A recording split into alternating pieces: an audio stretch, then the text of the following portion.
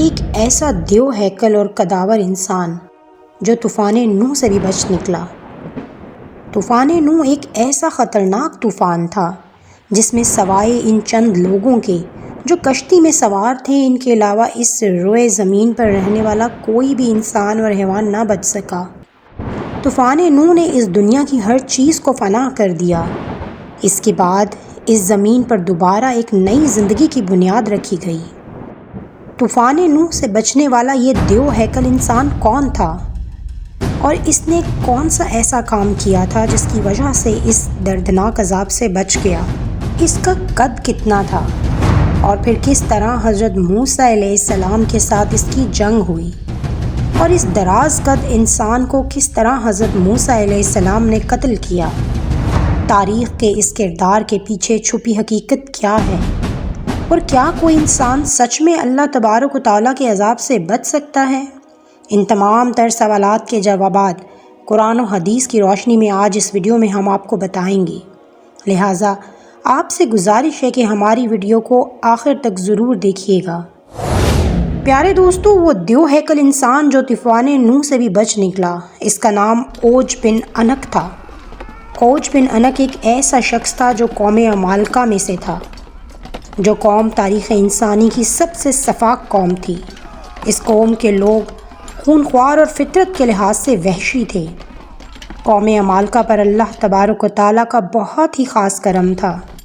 اس قوم کے قد اس وقت کے موجودہ دنیا کے انسانوں میں سب سے بڑے تھے۔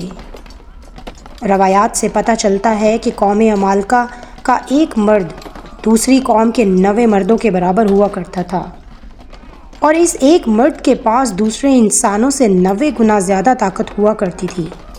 اس جنگجو قوم نے اپنی فتوحات سے دنیا کے اندر ایسی وحشت پھیلا رکھی تھی کہ اگر یہ قوم کسی دوسرے ملک پر حملہ کرنے کے لیے جاتی تو اس ملک کے لوگ اس وحشت ناک اور درندہ صفت لوگوں کو دیکھ کر پہلے ہی ہتھیار ڈال دیتے۔ وہ کردار جس کی آج ہم بات کر رہے ہیں، یعنی اوج بن عنق، یہ بھی اس قوم کے سرداروں میں سے تھا، جو قوم ایک وحشت ناک قوم تھی جس کو دنیا کا سب سے لمبا انسان مانا جاتا تھا۔ اوج بن عنق اپنے جسمانی قد و قامت اور طاقت کے اعتبار سے پوری سرزمین میں اس وقت منفرد شخص تھا۔ یہ شخص اس قدر لمبا اور دیو قامت تھا کہ جب وہ سمندر پر چلتا تو سمندر کا پانی صرف اس کے ٹخنوں تک ہی پہنچتا۔ اونچے درخت اور پہاڑ اس کے سامنے چھوٹے چھوٹے معلوم ہوتے، اس لیے کہ انسان کے قد کی لمبائی اتنی زیادہ تھی کہ دوسرے لوگ اس کے سامنے کیڑے مکوڑے جیسے نظر آتے تھے۔ ایک روایت کے مطابق اوج بن عنق حضرت آدم علیہ السلام کا نواسہ تھا، جو حضرت آدم علیہ السلام کی بیٹی صفورہ کے بطن سے پیدا ہوا تھا۔ اوج بن عنق بچپن سے ہی اپنے ہم عمر بچوں سے زیادہ قدابر اور مضبوط نظر آتا تھا۔ جب یہ شخص جوان ہوا تو اس کی قد کی لمبائی غیر معمولی طور پر بڑھتی چلی گئی، جس کی وجہ سے یہ شخص دیو قامت انسان بن گیا۔ روایات کے مطابق اوج بن عنق کا قد 80 ہاتھ تھا۔ حضرت نوح علیہ السلام کے زمانے میں اوج بن عنق موجود تھا۔ اس وقت جب حضرت نوح علیہ السلام طوفان سے پہلے کشتی تیار کر رہے تھے تو آپ کو کشتی بنانے کے لیے سوگوان کی لکڑی کی ضرورت پڑی، مگر اس لکڑی کو اٹھا کر لانا ناممکن تھا۔ اس لکڑی کو اٹھا کر لانے کے لیے ایک ایسے شخص کی ضرورت تھی جو دراز قد اور طاقتور انسان ہو، لہٰذا اوج بن عنق نے حضرت نوح علیہ السلام کی مدد کی، اور اوج بن عنق نے اس لکڑی کو شام سے اٹھا کر حضرت نوح علیہ السلام کی خدمت میں پیش کیا، جس سے وہ کشتی تیار کی گئی۔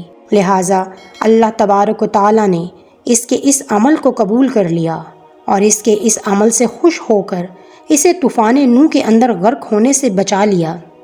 باوجود اس کے کہ اوج بن عنق حضرت نوح علیہ السلام پر ایمان نہ لایا تھا۔ بعض روایات میں آتا ہے کہ اوج بن عنق اتنا دراز قد تھا کہ سمندر سے مچھلیاں پکڑ کر وہ اپنا ہاتھ آسمان کی طرف بلند کرتا اور سورج کی تپش میں اس مچھلی کو بھون کر کھا جاتا۔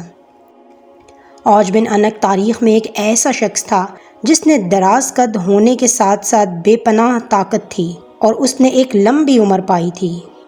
اس کی عمر تقریباً 3600 سال تھی۔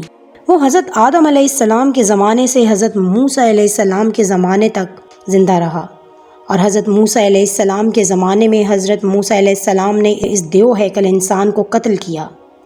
اس واقعے کا پس منظر کچھ یوں ہے کہ جب بنی اسرائیل کے لوگوں کو اللہ تبارک و تعالیٰ نے فرعون سے نجات بخشی تو حضرت موسیٰ علیہ السلام کو اللہ تبارک و تعالیٰ نے یہ حکم دیا کہ وہ فلسطین پر حملہ کریں اور فلسطین کو فتح کریں، کیونکہ اس وقت اللہ تبارک و تعالیٰ نے فلسطین کی زمین کو بنی اسرائیل کے لوگوں کے لیے مقرر فرما دیا تھا۔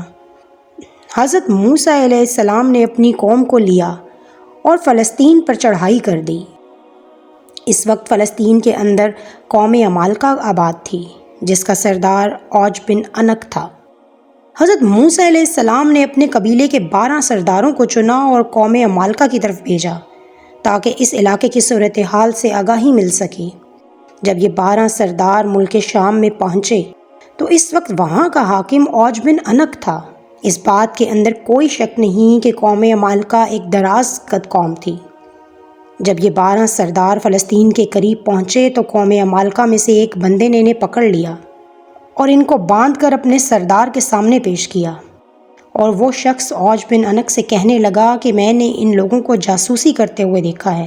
جب یہ 12 سردار عوج بن عنق سے ملے تو اس کے قد و قامت اور جسمانی بناوٹ کو دیکھ کر حیران رہ گئے۔ پھر اس کے بعد ان 12 سرداروں نے عوج بن عنق کو اللہ تبارک و تعالیٰ کا پیغام سنایا اور بتایا کہ ہم جلد ہی اس ملک کو فتح کرنے آ رہے ہیں اور اللہ تبارک و تعالیٰ کا وعدہ ہے کہ وہ ہم کو فتح عطا فرمائے گا۔ یہ بات سن کر عوج بن عنق غضبناک ہو گیا اور ان سب کو ایک ہاتھ میں پکڑ لیا اور چاہا کہ انہیں چونٹیوں کی طرح مسل کر ہلاک کر دے۔ مگر جب عوج بن عنق نے ان سرداروں کے چہرے پر خوف دیکھا تو انہیں حقیر مخلوق سمجھ کر چھوڑ دیا اور اپنے ملک کا ایک پھل جو کہ اتنا بڑا تھا کہ ایک آدمی کے لیے کافی تھا، وہ عوج بن عنق نے پھل ان 12 سرداروں کو دے دیا اور کہا کہ اپنی قوم کو جا کر دکھا دے کہ ہمارے یہاں کے پھل بھی اتنے بڑے ہیں کہ تم لوگ کس طرح ہمارا مقابلہ کر سکو گی۔ چنانچہ اس طرح وہ 12 سردار اپنی جان بچا کر وہاں سے واپس اپنے ملک کی طرف روانہ ہو گئے۔ جب وہ سردار اپنی قوم میں واپس آئے تو انہوں نے اپنی قوم کو اس وحشت ناک مخلوق کے بارے میں بتایا، جس طرح کہ اللہ تبارک و تعالیٰ نے قرآن پاک میں ارشاد فرمایا ہے کہ جب حضرت موسیٰ علیہ السلام نے اپنی قوم سے کہا کہ اے میری قوم، ارض مقدس میں داخل ہو جاؤ جس کی سرزمین اللہ تبارک و تعالیٰ نے تمہارے لیے لکھ رکھی ہے، اور پیٹھ نہ دکھاؤ ورنہ خسارے میں رہو گے۔ اس بات پر بنی اسرائیل کے لوگ بولے، اے موسیٰ، تم اور تمہارا پروردگار لڑو، ہم تو یہیں بیٹھے ہیں۔ وہاں تو ایک طاقتور قوم عمالقہ آباد ہے جس کا ہم مقابلہ نہیں کر سکتے۔ ہم صرف اس صورتحال میں وہاں داخل ہو سکتے ہیں کہ وہ خود بخود اپنے وطن کو چھوڑ کر کہیں اور چلے جائیں۔ چنانچہ حضرت موسیٰ علیہ السلام نے اپنی قوم کو بہت سمجھانے کی کوشش کی کہ اللہ تبارک و تعالیٰ ہمارے ساتھ ہے اور اللہ تبارک و تعالیٰ نے فتح ہمارے لیے لکھ دی ہے، لیکن قوم نے حضرت موسیٰ علیہ السلام کی بات نہ مانی اور وہ انکار ہی کرتے رہے کہ ہم قوم عمالقہ سے جنگ نہیں کر سکتے۔ چنانچہ اللہ تبارک و تعالیٰ نے ان کی اس سرکشی پر بنی اسرائیل کے لوگوں کو صحرائے طیہ میں قید کر دیا، اور یہ لوگ جنہوں نے جنگ کرنے سے انکار کیا تھا وہ اس مختصر سے صحرا میں بھٹکتے رہے، حتیٰ کہ یہ لوگ سارا دن اس صحرا کو عبور کرنے کے لیے پیدل چلتے، لیکن وہ میدان ختم ہی نہ ہوتا تھا اور وہ اسی میں بھٹک کر رہ گئے۔ جب قوم نے حضرت موسیٰ علیہ السلام کی نافرمانی کی تو حضرت موسیٰ علیہ السلام خود عوج بن عنق کو ختم کرنے کے لیے نکل پڑے۔ جب حضرت موسیٰ علیہ السلام فلسطین میں داخل ہوئے تو عوج بن عنق حضرت موسیٰ علیہ السلام کو دیکھ کر کہنے لگا، تم تو وہی شخص ہو جس نے فرعون کو پانی میں غرق کیا، لیکن مجھے تم پانی میں غرق نہیں کر سکتے کیونکہ پانی میرے کمر سے اوپر نہیں آتا۔ یہ کہہ کر عوج بن عنق نے حضرت موسیٰ علیہ السلام پر حملہ کر دیا۔ چنانچہ اللہ تبارک و تعالیٰ نے آپ کو عوج بن عنق کے حملے سے محفوظ رکھا۔ تو پھر حضرت موسیٰ علیہ السلام نے جوابی حملہ کیا۔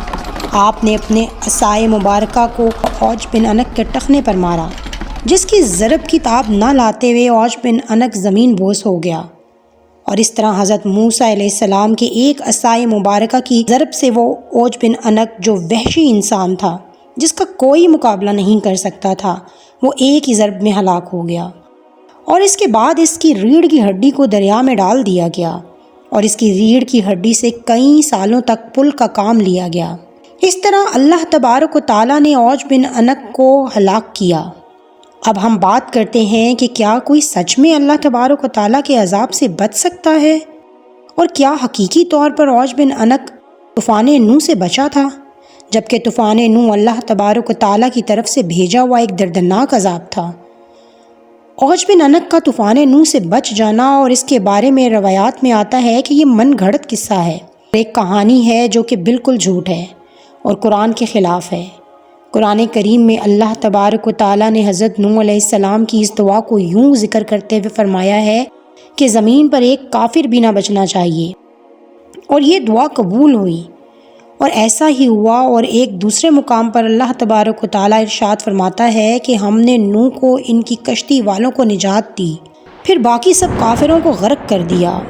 ان آیات سے واضح طور پر پتہ چلتا ہے کہ ان لوگوں کے علاوہ جو حضرت نوح علیہ السلام کی کشتی میں سوار تھے، کوئی بھی روئے زمین پر بچ نہ سکا، خواہ وہ کتنا ہی دراز قد انسان کیوں نہ ہو۔ اس وقت حضرت نوح علیہ السلام کی کشتی کے علاوہ کوئی بھی روئے زمین پر باقی نہ رہا، بلکہ سب کچھ ختم ہو گیا اور سب کچھ فنا کر دیا گیا۔ حضرت نوح علیہ السلام کی کشتی پر جو لوگ سوار تھے، پھر اس کے بعد اللہ تبارک و تعالیٰ نے انہی لوگوں سے اور انہی جانوروں سے اس روئے زمین پر ایک نئی زندگی کی بنیاد رکھی، اور آج جو نسل موجود ہے وہ انہی انسانوں میں سے ہے۔ اور اسی طرح اللہ تبارک و تعالیٰ نے طوفان نوح کے بعد اس سرزمین کو دوبارہ آباد فرمایا۔ اللہ تبارک و تعالیٰ سے دعا ہے کہ اللہ تبارک و تعالیٰ اپنے تمام تحکامات پر ہمیں عمل کرتے ہوئے زندگی گزارنے کی توفیق عطا فرمائے، اور ان تمام تر برائیوں سے ہمیں بچائے جن برائیوں کے اندر پہلی قومیں مبتلا ہو کر ہلاک ہوئیں اور اللہ تبارک و تعالیٰ کے دردناک عذابات کے مستحق قرار پائیں۔ پیارے دوستو، یہ تھی آج کی ہماری ویڈیو۔ امید ہے کہ آپ کو پسند آئی ہوگی۔ آپ سے درخواست ہے کہ آپ اس ویڈیو کو لائک، شیئر اور ہمارے چینل کو سبسکرائب کر دیں۔